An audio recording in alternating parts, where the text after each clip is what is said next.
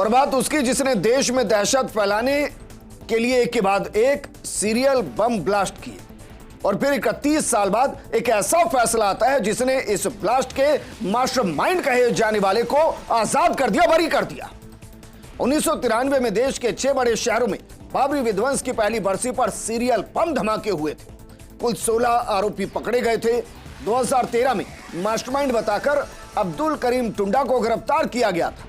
लगातार सुनवाई और सबूतों के आधार पर 2 आतंकियों को तो अजमेर की टाडा कोर्ट ने उम्र कैद की सजा सुना दी, लेकिन इन्हीं सबूतों के अभाव में पाकिस्तान में आईएसआई से ट्रेनिंग ले चुका दहशतगर्द टुंडा बरी हो गया।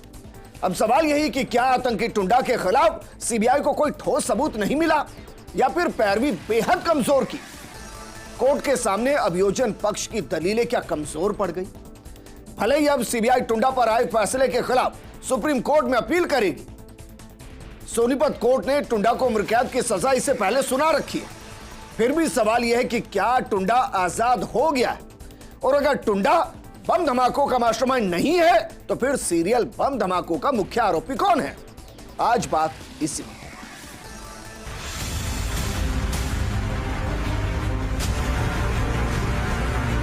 इरफान और हमीद को कन्विक्शन माना है कि उन्होंने बम रखा था और उस बम से विस्फोट हुआ, तो उसमें दोषी माना है और उनको आजीवन कारावास की और विभिन्न धाराओं में अलग अलग जुर्माना और सजाएं दी है। अब्दुल करीम टुंडा को ऑनरेबल कोर्ट ने हर धारा, हर सेक्शन, हर एक्ट से बरी किया है। सोचिए, टुंडा आजाद हो गया है एक ऐसे केस में जिसमें मास्टरमाइंड कहा गया। तो चलिए सबसे पहले टुंडा की पूरी क्राइम कुंडली आपको बताते हैं, या कहें कि उसकी जन्म कुंडली बताते हैं। टुंडा का जन्म 1943 में पुरानी दिल्ली के छत्तालाल मियां में हुआ। टुंडा की हरकतों तो देखकर पिता ने दिल्ली छोड़ने का मन बनाया। गाजियाबाद जिले के पिलखुआ में बस गए। टुंडा ने भाइयों के साथ बढ़ई का काम किया। टुंडा की शादी जरीना से हुई और टुंडा की गतिविधियां शुरू से ही संदिग्ध रही। कई दिनों तक घर से गायब रहने लगा। 1981 में अपनी पत्नी जरीना को छोड़कर अचानक लापता हो गया। जब घर लौटा तो उसके साथ दूसरी पत्नी अहमदाबाद निवासी मुमताज थी। टुंडा के पाकिस्तान में आईएसआई से ट्रेनिंग लेने की बात सामने आई। दिल्ली के कई थानों में 21, गाजियाबाद में 13 मामले दर्ज हैं। इसके अलावा देश के अलग अलग हिस्सों में कई मामले दर्ज हैं। उसके खिलाफ पहला आपराधिक मामला 1956 में चोरी का दर्ज हुआ था। मुंबई के डॉक्टर जलेश अंसारी, नांदेड़ के आजम गौरी। टुंडा ने तंजीम इस्लाम उर्फ मुसलिन संगठन भी बनाया। बाबरी विध्वंस का बदला लेने के लिए 1993 में ट्रेनों में बम ब्लास्ट किए। 1996 में दिल्ली में पुलिस मुख्यालय के सामने बम विस्फोट हुआ और इस मामले के अंदर भी टुंडा पर आरोप लगे थे। सुरक्षा एजेंसी इंटरपोल ने रेड कॉर्नर नोटिस जारी किया। बम बनाते समय टुंडा ने अपना एक हाथ खो दिया और इसी वजह से अब्दुल करीम का नाम पड़ गया टुंडा। 1997-98 में करीब 40 बम धमाकों में भी टुंडा का नाम शामिल हुआ और पुलिस ने इस टुंडा को नेपाल बॉर्डर से गिरफ्तार किया और आज वो बरी है, वो आजाद है। सारे चार्जेस वापस ले लिए गए। तो क्या वाकई में जो दहशतगर्दी का, आतंक का पर्याय कहा गया, जिसको मास्टरमाइंड कहा गया, वो बेकसूर था? इस मुद्दे पर बात करने के लिए हमारे साथ मौजूद हैं कांग्रेस नेता प्रतीक सिंह जी। हमारे साथ शैलेंद्र गुर्जर जी हैं, बीजेपी के प्रवक्ता हैं। ए.के. जैन साहब वरिष्ठ अधिवक्ता हैं। योगेंद्र जोशी जी हैं, रिटायर्ड आरपीएस अधिकारी हैं। ए.के. जैन साहब, आपसे मैं पूछना चाह रहा हूं क्योंकि ये देश पूछना चाह रहा है, भाई एक मास्टरमाइंड, एक आतंकी, एक दहशतगर्द, एक जिसके लिंक आईएसआई से जुड़े हों, जिस पर दर्जन भर से ज्यादा मामले हों, दूसरे कोर्ट ने उम्र कैद की सजा सुनाई हो, वो बरी हो गया। देखिए, सीबीआई की कहानी और न्यायालय के समक्ष प्रस्तुत एविडेंस दोनों में रात दिन का अंतर होता है और कोर्ट को जो फैसला करना होता है वो एविडेंस के आधार पर करना पड़ता है। सीबीआई ने अखबारों में जो कहानी दी है या अपनी पीठ जो तपाई है या किसी भी इन्वेस्टिगेटिंग एजेंसी ने जो कुछ कहा है उसके आधार पर कोर्ट निर्णय नहीं करता। इस मामले में 313 पेज का जजमेंट जो लंदन कोर्ट ने लिखा है। और एक इसमें सबसे बड़ी बात यह है कि शुरू में एजाज कुछ लोगों की ट्रायल चली, उन्हें सजा हुई, कुछ बरी हुए। इसमें मास्टर जो मेन एक्यूज जलीस अंसारी था वो भी इसमें सम्मिलित था, जिसको पहले ही सजा हो गई थी। बाद में एजाज उर्फ जो हमीद वगैरह जो कुछ भी नाम है, एक दूसरा एक्यूज और के विरुद्ध चालान पेश हुआ और उस चार्जशीट में ये लिखा गया कि टुंडा अभी गिरफ्तार नहीं हुआ है, इसके खिलाफ इन्वेस्टिगेशन जारी है और हम सब उसकी मफरूरी में चालान पेश कर रहे हैं।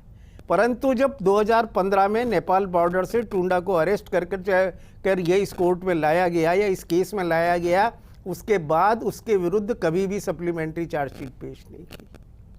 जब टुंडा जब आया, गिरफ्तार होकर आया, तब तक 40-50 गवाह हो चुके थे और कानून ये कहता है कि अगर वो गवाह जिंदा हैं और वापस बयान देने की स्थिति में हैं तो मुलजिम के सामने बयान होने चाहिए ताकि वो उनसे जिरह कर सके। वो गवाह दोबारा नहीं बुलाए गए, अभियोजन की दूसरी लापरवाही। तीसरी सबसे बड़ी बात जो एविडेंस थी, सीबीआई ने कोई ठोस एविडेंस नहीं थी। सीबीआई रिलाई कर रही थी कि जलीस ने और एक दूसरे मुलजिम ने ये कहा कि हमें बम बनाना टुंडा ने सिखाया है। बाकी सब उनकी कहानी थी, बाकी जो चीज़ें उन्होंने कही उसकी कोई एविडेंस कोर्ट के सामने नहीं आई थी सिवाय जलीस के और एक दूसरे मुलजिम के बयान के अलावा कि हमें बम बनाना टुंडा ने सिखाया है। अब इन कोर्ट्स के इन बयानों के जब गवाहों से जिरह का मौका नहीं मिला, चार्जशीट आपने पेश नहीं की और सिर्फ स्टोरी आप पूरी लाए पर आपने कोई दूसरी एविडेंस आप नहीं लेके आ पाए, ऐसी स्थिति में कोर्ट के सामने चारा क्या था? कोर्ट सिर्फ अखबारों में छपी हुई खबरें और सीबीआई की कहानी पर तो बरी है। जो जिन 2 मुलजिमों के खिलाफ आरोप थे कि इन्होंने बम लगाए, जिनके खिलाफ एविडेंस आई, उन दोनों को आजीवन कारावास की सजा कोर्ट ने दी है और पहले भी ऐसा ही हुआ है डॉक्टर जलीस को और कुछ लोगों सर चार्जशीट पेश क्यों नहीं की गई? 9 साल के अंदर चार्जशीट पेश क्यों नहीं हुई? ये से जिरह क्यों नहीं हुई? ये सीबीआई की लापरवाही है, ये अभियोजन की लापरवाही है। शैलेंद्र गुर्जर जी, मैं तालियां बजाऊं सीबीआई के लिए बैठकर यहाँ? नहीं, बिल्कुल निश्चित जी। विजेंद्र जी, ये जो फैसला आया है कोर्ट का और उसमें टुंडा को बरी किया गया है, दुर्भाग्यपूर्ण है। मैं माननीय न्यायालय के आदेश पर कोई टिप्पणी नहीं करना चाहता, लेकिन आपने देखा होगा कि किस तरह से टिप्पणी करेंगे नहीं, जब सबूत ही आप नहीं दे रहे हैं, जिरह आप नहीं कर रहे हैं, चार्जशीट नहीं पेश कर रहे हैं। चार्जशीट तो आप सुनिए ना विजेंद्र जी, ये कहानी कब की है आप बताइए? 1994 की। 1994 में 93 में ब्लास्ट होता है, 94 में चार्जशीट पेश कर दी जाती है। उस चार्जशीट के आधार पर 2004 में 16 अभियुक्तों को उम्र कैद की सजा हो जाती है। उसके बाद ये 3 मफरूर रहते हैं जो प्रोक्लेम ऑफेंडर्स होते हैं, इनको फरारी काट रहे होते हैं, इनको अरेस्ट किया जाता है। और जो गवाह थे उन गवाहों को भी आपने देखा होगा किस तरह से जब 2004 में 16 अभियुक्तों को उम्र कैद की सजा दी गई थी, उन्हीं गवाहों के आधार पर, क्योंकि गवाह जो है, क्योंकि लंबा हो गया केस, उसमें कुछ बीमार हो गए, कुछ विदेश चले गए, लेकिन फिर भी हमने उस पर पैरवी की। लेकिन इनिशियल स्टेज पर जब कांग्रेस पार्टी की सरकार थी तब कहीं ना कहीं सीबीआई से चूक हो गई। निश्चित तौर पर चूक नहीं होनी चाहिए इन्वेस्टिगेशन एजेंसी से, नहीं होनी चाहिए प्रोसिक्यूशन डिपार्टमेंट से। हम भी इसकी वकालत करते हैं कि पैरवी जो है मुस्तैद से होनी चाहिए। तो आप अगर देखेंगे पकड़ा कब गया है सर? कौन से साल में पकड़ा गया? 2015 में पकड़ा। 2015 में। और केंद्र में बीजेपी की सरकार कौन से साल में आई है? 2014 में आई। पकड़ ही नहीं पाए, यूपीए की सरकार तो पकड़ ही नहीं पाई थी आतंकी। चार्जशीट पहले पेश हो गई थी, बीजेपी पेश करेगी। अरे चार्जशीट पहले पेश हो गई थी साहब, के बाद चार्जशीट पेश नहीं हुई है कि चार्जशीट पहले सबसे प्रिलिमिनरी जो चार्जशीट थी वो पेश हो गई थी। 173(8) में पेंडिंग रखा गया था इनका। पूछिए, बताइए भाई, उसके गिरफ्तार होने के बाद जो आप कह रहे हैं कि चार्जशीट पेश होनी चाहिए थी, गवाहों से जिरह होनी चाहिए थी, क्या ये भी कांग्रेस के दौर में जाकर वापस कराएं 2015 से पहले, जब गिरफ्तार 15 में हुआ? तो देखिए, जहाँ तक मेरी जितनी कानून की जानकारी है, जब कोई मुलजिम पकड़ में नहीं आता तो धारा 173(8) में उसके विरुद्ध इन्वेस्टिगेशन पेंडिंग रखा जाता है और जब उसे गिरफ्तार किया जाता है तो उसके साथ में एक सप्लीमेंट्री चार्जशीट पेश की जाती है। इस मामले में सप्लीमेंट्री चार्जशीट पेश नहीं हुई, बल्कि प्रोसिक्यूशन ने बहस के दौरान ये कहा कि जो एजाज की चार्जशीट पेश हुई थी उसी को इसकी चार्जशीट अब मान लिया जाए। इसके अलावा जो गवाह पहले हो गए थे और जो विदेश नहीं गए थे या जो मरे नहीं थे, उनको दोबारा बुलाना भी उनकी ड्यूटी थी, क्योंकि ये कानून है। तो सर कोई सीबीआई में विधि का जानकार है भी या नहीं है? जो उनको बताए कि साहब चुनाव ये कैसे लड़ा जाता है, जिस तरीके केस से कैसे लड़ते हैं। जिस तरीके से इस केस को सीबीआई ने लड़ा और कई और मामले सीबीआई ने लड़े हैं, तो कई बार ऐसा लगता है कि सीबीआई में कहीं ना कहीं प्रोसिक्यूशन की जबरदस्त लेग करती है और इसी कारण इस तरह से इतने महत्वपूर्ण केस खराब हो जाते हैं। विजेंद्र जी, मैं एक बात इसमें जोड़ना चाहता हूं।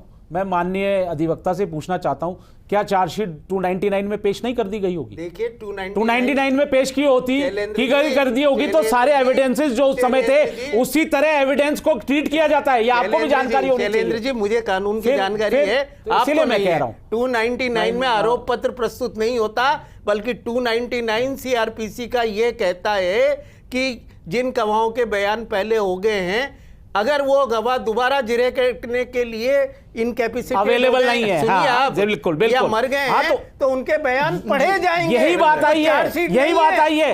जो मर गए, जो गवाह मर गए, जो विदेश चले गए, वो कहाँ है? वो नहीं है। जो निश्चित तौर पर जो मर गए, जो विदेश चले गए, उन गवाहों में यही तो मैं अर्ज कर रहा हूं। सारे चले गए शैलेंद्र जी। देखिए, बिल्कुल मैं मानता हूं चले गए, सारे नहीं गए होंगे, लेकिन दाखिल करने की सोची नहीं। मैं फिर भी आपको मानता हूं कांग्रेस की है।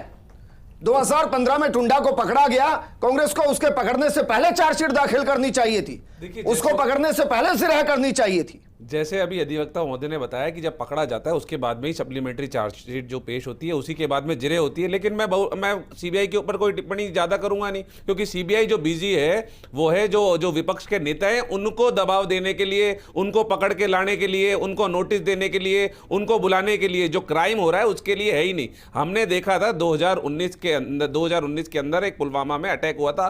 5 साल बीतने के बाद भी आज तक ये पता नहीं है कि 300 किलो आरडीएक्स कौन लेकर के आया था, वो गाड़ी किसके नाम पर पे थी, वो इन्वेस्टिगेशन कहां चल रहा है। पुलवामा का एक पता कराइए, हो सकता है कि गाड़ी का रजिस्ट्रेशन उससे 5-10 साल पहले कांग्रेस की सरकार रही है, उसमें हो गया। तो हुआ नहीं ना, वो पता तो लगे कब हुआ, वो पता तो लगे, वो इन्वेस्टिगेशन आगे तो हो। देवेंद्र सिंह को एक को पकड़ा गया था, डिप्टी एसपी को, उसका पता नहीं है, उससे बोला गया था कि इसके पास बड़े सारे राज हैं, उसका पता नहीं लग रहा वो कहां चला गया। पठानकोट के ऊपर एक आतंकवादी हमला हुआ था एयरबेस के ऊपर, उसमें आईएसआई को बुला लिया था इन्वेस्टिगेशन के लिए, लेकिन उसका इन्वेस्टिगेशन भी आगे नहीं बढ़ा। तो इन्वेस्टिगेशन जब आगे ही नहीं बढ़ेगा, चार्जशीट जब पेश ही नहीं करेंगे, आप तो ये तो हो सकता है शैलेंद्र जी बोल दें कि नेहरू जी की जिम्मेदारी है, तो क्योंकि नेहरू जी उस टाइम पे देश आजाद नहीं कराते, तो ये सारी चीजें होती नहीं। बहरहाल अपनी जिम्मेदारियों से भाग रहे हैं, और ये जो टूंडा आज छूटा है वो बीजेपी की नाकामी, और जो सीबीआई जिस तरीके से चला रही है बीजेपी, उसकी नाकामी की वजह से छूटा है आज। योगेंद्र जोशी जी, क्योंकि आपने कई केसों की इन्वेस्टिगेशन की होगी सर, एक ऐसा केस जो इंटरनेशनल केस है, एक ऐसा केस जिस पर सबकी नजरें टिकी हुई हैं, क्या वाकई में इस केस में भी वो मोटी मोटी नेग्लिजेंसी बरती जा सकती है जिनको ए.के. जैन साहब यहां बैठकर गिना रहे हैं? बिल्कुल विजेंद्र जी, ए.के. जैन साहब ने पूरी बात अक्षर से सही कही है। चलिए योगेंद्र जी, माफी के साथ मैं आपको रोक रहा हूं, लेकिन हम बात करें उस केस की जिसमें टुंडा नाम का मास्टरमाइंड आतंकी, और उसमें केस को शिद्दत से नहीं लड़ा गया और इसीलिए टुंडा छूट गया है। योगेंद्र जोशी जी। विजेंद्र जी, ए.के. जैन साहब ने बड़े खुलासे से सारी बातें बता दी हैं जो केस के अंदर हुआ है। मैं मेरे एक्सपीरियंस से ये कहना चाहूँगा कि जो हमारे राजस्थान की जो हालत है अभियोजन की, वो बड़ी दयनीय है। आप देखिए जयपुर बम ब्लास्ट में भी जो राजकीय अधिवक्ता थे जिनको उपस्थित होकर के पैरवी करनी चाहिए थी, उन्होंने पैरवी नहीं की।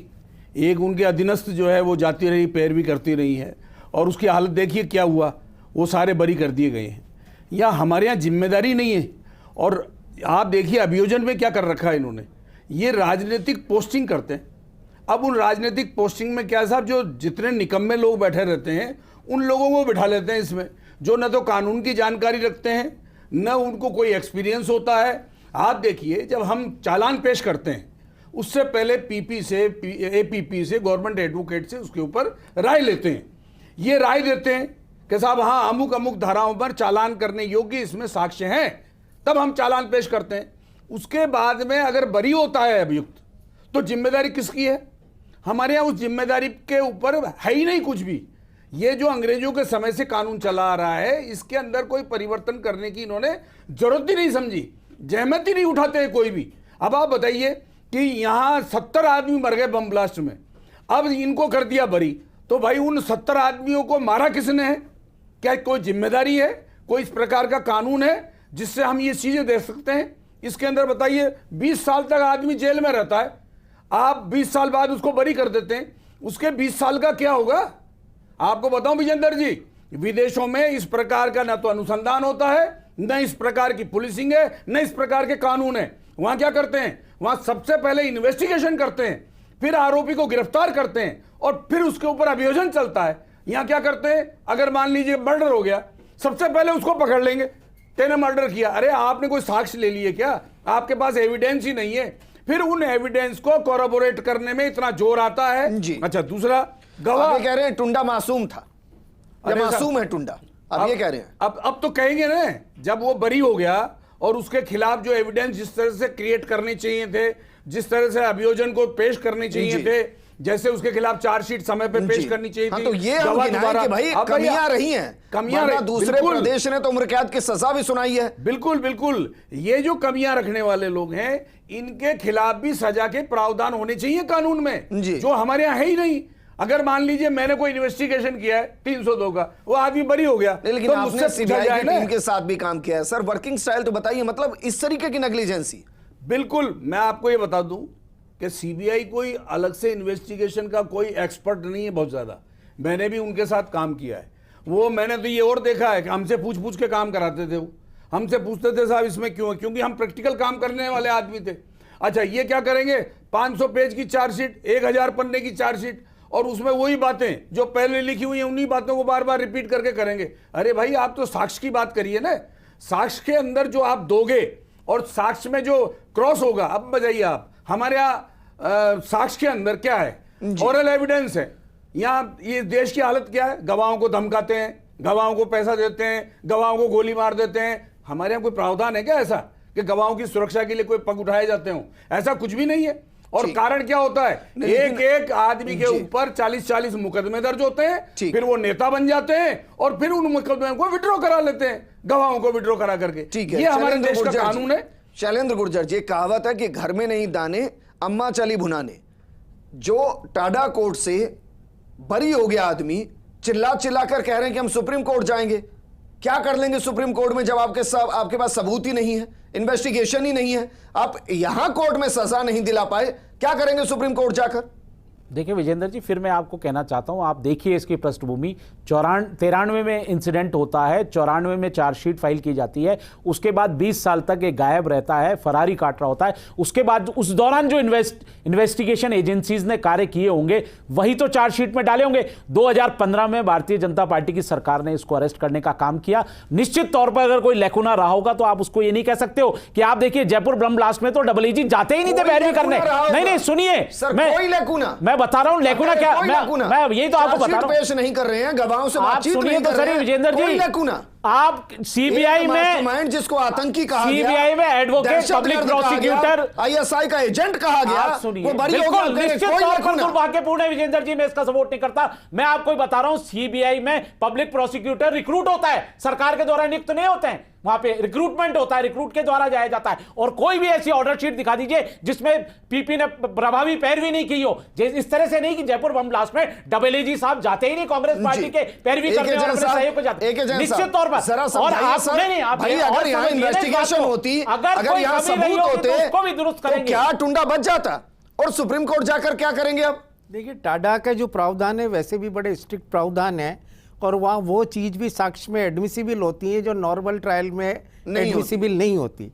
क्योंकि वहाँ जो पुलिस ऑफिसर के सामने अगर कोई कन्फेशन है तो वो भी एडमिसिबल होता है, बशर्ते कि पुलिस ऑफिसर ये साबित करे कि ये अपनी फ्री विल से और इच्छा से दिया गया है, मनमर्जी से। यहाँ पर नहीं तो कोई एडमिशन तो शायद टुंडा का रिकॉर्ड ही नहीं किया गया इसमें, कन्फेशन तो, और जो जलीस अंसारी और उनके एडमिशन्स बताए गए वो भी इतने पुख्ता नहीं थे। और इसके अलावा सीबीआई ने कहा जरूर कि ये मास्टरमाइंड है, आईएसआई से कांटेक्ट हैं, ये इसने प्लान बनाया, पर सबूत सिर्फ ये था कि जलीस अंसारी और 2 मुलजिम ये कह रहे थे कि हमें बम बनाना टुंडा ने सिखाया। इससे ज्यादा कोई सबूत, क्योंकि जज ने जो 313 के फैसले में लिखा उसने ये लिखा है कि टुंडा के खिलाफ साक्ष्य सिर्फ ये लेकर आए हैं कि जलीस और दूसरा आदमी कह रहा है कि हमें बम बनाना सिखाया, इसके अलावा और कोई साक्षी नहीं लेके आ पाए। तो ऐसी परिस्थिति में सुप्रीम कोर्ट जाकर क्या करेंगे सर? तो इन परिस्थितियों में क्योंकि जज ने बड़े मेहनत करके फैसला लिखा, 313 पृष्ठ का जजमेंट है, कोई 313 पेज लिखवाने में भी कई दिन लगे होंगे, कई फाइल ने रात काली की होगी तब जाके फैसला लिखा है। और किसी भी जज को किसी अपराधी को दोषमुक्त करने में कोई आनंद नहीं आता, पर वो कानून से बाउंड है, जो लिखा है उसको कानून में जो अखबारों में छपा है उससे फैसला नहीं करेगा जज तो वो करेगा जो फाइल के अंदर मौजूद है। तो सुप्रीम कोर्ट जाकर क्या करेंगे सर, मैं ये पूछ रहा हूं, कुछ होगा सुप्रीम कोर्ट जाकर? मैंने जितनी देर अभी 2 घंटे में जितना इस निर्णय को जितना पढ़ा है उसके हिसाब से तो मुझे नहीं लगता कि सुप्रीम कोर्ट में इस निर्णय में कोई हस्तक्षेप हो पाए। ठीक है प्रतीक, बहुत जिम्मेदारी से मैं एक सवाल कर रहा हूं। राजनीति खेलना चाहिए, सत्ता के लिए भी खेलना चाहिए, मेहनत भी करनी चाहिए, लेकिन जो सत्ता में बैठा हो, चाहे वो आपका हो या बीजेपी का हो, उसकी नैतिक जिम्मेदारी है कि जो देश के खिलाफ है उसके खिलाफ सबसे मजबूत लोगों को उतारा जाए, और जिनकी नेग्लिजेंसी हो, चाहे वो जयपुर ब्लास्ट हो या ये केस हो, उनके ऊपर भी धाराएं लगाकर उन पर भी मुकदमा चलना चाहिए कि आपकी वजह से देश का दुश्मन बाहर हो गया। 100% आपने सही बात बोली है। मैं आपने टुंडा के लिए आपको पता है कि उनके खिलाफ उसके खिलाफ जब रेड कॉर्नर नोटिस जारी हुआ तो उसका मतलब कोई सबूत होगा, वो सबूत पेश क्यों नहीं किया गया? ये अभी गुजर साहब कह रहे थे कि 2015 में बीजेपी की सरकार ने पकड़ा। अरे बीजेपी की सरकार में ही छूट गया, पुलवामा हमले वाला आज तक नहीं पकड़ा गया। आप बताइए, 1994 में चार्जशीट चिल्लाने का विषय नहीं है, ये बताइए ना, चिल्लाने का विषय नहीं है, ये चिल्लाने का नहीं है, सेंसिटिव विषय। तो आप चार्जशीट कब पेश हुई थी? चार्जशीट कब पेश हुई थी? जी मुझे लगता है ये चिल्लाने का विषय नहीं है। आप बताइए, पूरा इन्वेस्टिगेशन होकर बीच में अब आप समझ लीजिए, आप बताइए ना, चार्जशीट कब पेश हुई थी? आईएसआई ने कराया था, उसी से बुला के। अरे आप तो बंबई हमले वालों को आप सजा के रखते हो, जेलों में रखते हो, आपकी हिम्मत नहीं है कांग्रेस पार्टी की पाकिस्तान पे एयर रेड करके। ये भारतीय जनता पार्टी की नरेंद्र मोदी सरकार है, जिसने पाकिस्तान में घुस के नेस्तनाबूद कर दिया। किसने भी अगर भारत पर आंख उठाई, किसी ने भी भारत पर आंख उठाने की कोशिश की, पुलवामा हो चाहे बालाकोट हो, हमने एयर स्ट्राइक की, पाकिस्तान के अंदर मारा। आपकी तरह नहीं है, थाली परोसकर को कह रहे हो आओ साहब जेल में बैठो, पाकिस्तान से एविडेंस मांग रहे हो, क्या बात कर रहे? कांग्रेस पाकिस्तान के लिए निश्चित तौर पर ये दुर्भाग्यपूर्ण है। और पाकिस्तान के एजेंटों की तरह काम कर रहे हो। आपने अगर सीबीआई ने योगेंद्र जोशी, मेरा सवाल हो सकता है पूरे तरीके से इस पूरे सिनेरियो में गलत हो, लेकिन क्या ये बड़े बड़े जो इस तरीके के दहशतगर्द हैं, मैं दहशतगर्द ही शब्द इस्तेमाल करूंगा, जो ये आतंकी हैं, जो देश के दुश्मन हैं, क्या वो इसलिए छूट जाते हैं कि पॉलिटिकल विल पावर इतनी मजबूत नहीं कि इनको सलाखों के अंदर रखा जाए, इनको वहीं सड़ाया जाए? विजेंद्र जी, आपने बिल्कुल सही बात कही है।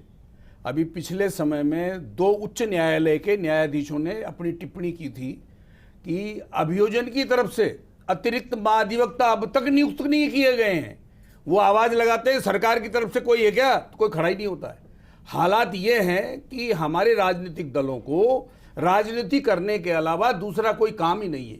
इस प्रकार के गंभीर प्रकृति के हाईकोर्ट में चल रहे हैं कोई केस, उन हाईकोर्ट में पैरवी करने के लिए वकील नहीं है, एडवोकेट नहीं है, प्रोसिक्यूशन की तरफ से कोई उपस्थिति नहीं है।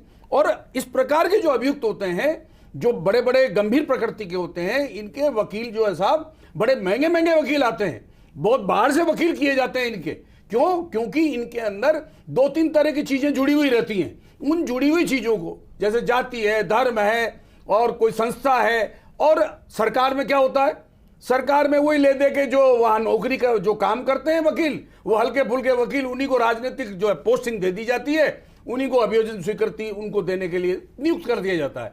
टाटा में तो आप देखिए, अगर आईपीएस अधिकारी के सामने किसी की गवाह हो गई तो वो 164 के बयान के मुताबिक माना जाता था पहले।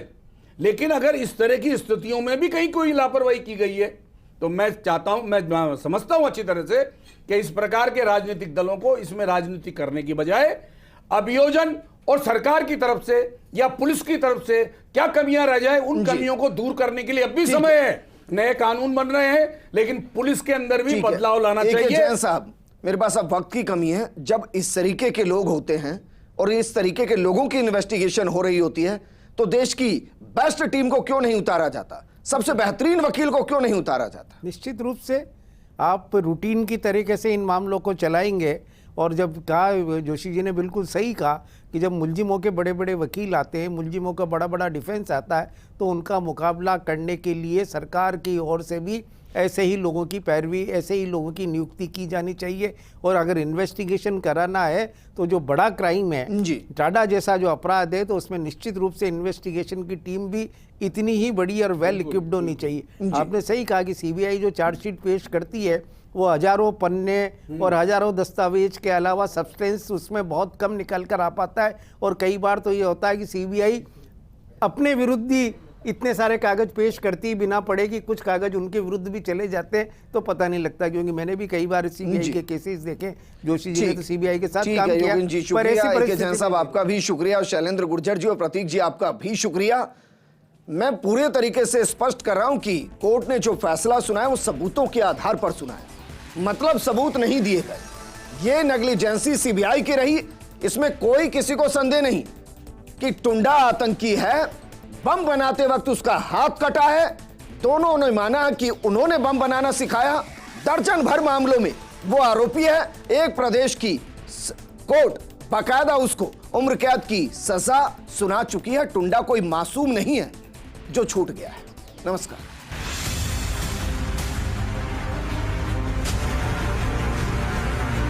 इरफान और हमीद को कन्विक्शन माना है कि उन्होंने बम रखा था और उस बम से विस्फोट हुआ, तो उसमें दोषी माना है और उनको आजीवन कारावास की और विभिन्न धाराओं में अलग अलग जुर्माना और सजाएं दी है। अब्दुल करीम टुंडा को ऑनरेबल कोर्ट ने हर धारा, हर सेक्शन, हर एक्ट से बरी किया है।